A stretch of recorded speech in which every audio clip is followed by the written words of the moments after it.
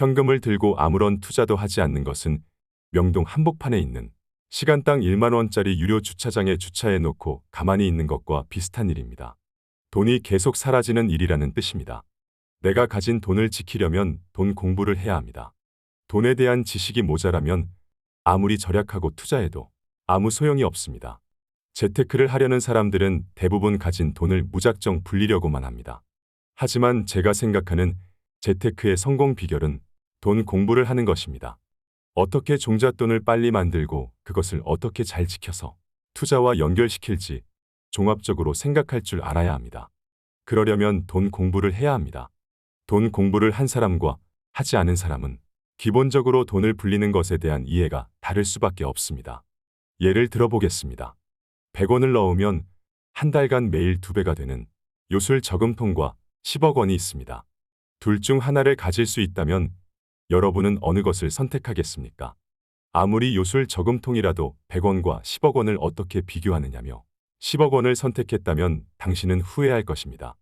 날마다 2배가 되는 100원이 담긴 요술 저금통에는 30일 후에 총 537억 원이 들어있을 테니까요.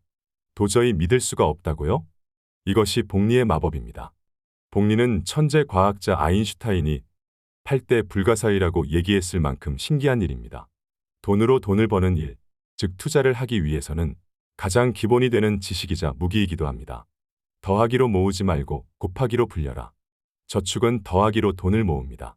하지만 티끌 100개 더하기 티끌 100개는 티끌 200개일 뿐입니다. 투자는 곱하기로 돈을 불립니다.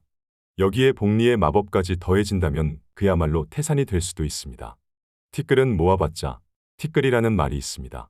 열심히 모아도 별로 달라질 게 없는 현실에 대한 자조 섞인 말일 것입니다. 자본가가 되려면 일단 자본이 있어야 합니다. 그런데 티끌을 모으기만 해서 자본을 만들겠다는 생각은 욕심입니다. 저는 사회 초년생 시절에는 밤 10시에 집에 가는 것이 이른 퇴근일 정도로 야근이 잦았습니다. 새벽 5시에 퇴근해 씻기만 하고 다시 출근한 적도 있었습니다. 하지만 그때 자본금을 모은 덕분에 그 돈을 불리는 투자를 시작할 수 있었고 이제는 편하게 낮잠도 잘 수 있는 행운도 얻게 됐습니다. 스타크래프트라는 게임은 초반에 미네랄이라는 재료를 캐고 입구를 막으며 부지런히 움직여야 합니다. 그래야 게임을 이기는 데 필요한 배틀 크루저를 뽑아낼 수 있습니다. 이것을 초반 러쉬라고 합니다. 인생도 스타크래프트도 초반 러쉬가 중요하다는 얘기입니다.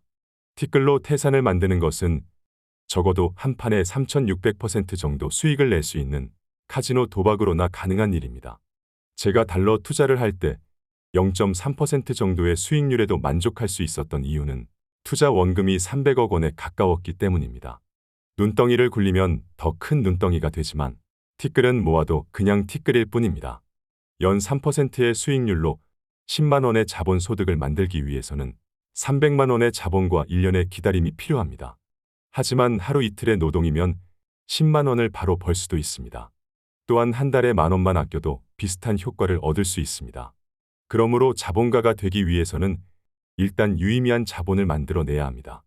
유의미한 자본은 열심히 일하고 절약하는 것으로도 가능합니다. 돈 공부를 하면 눈덩이를 만들어 굴릴 수 있게 됩니다.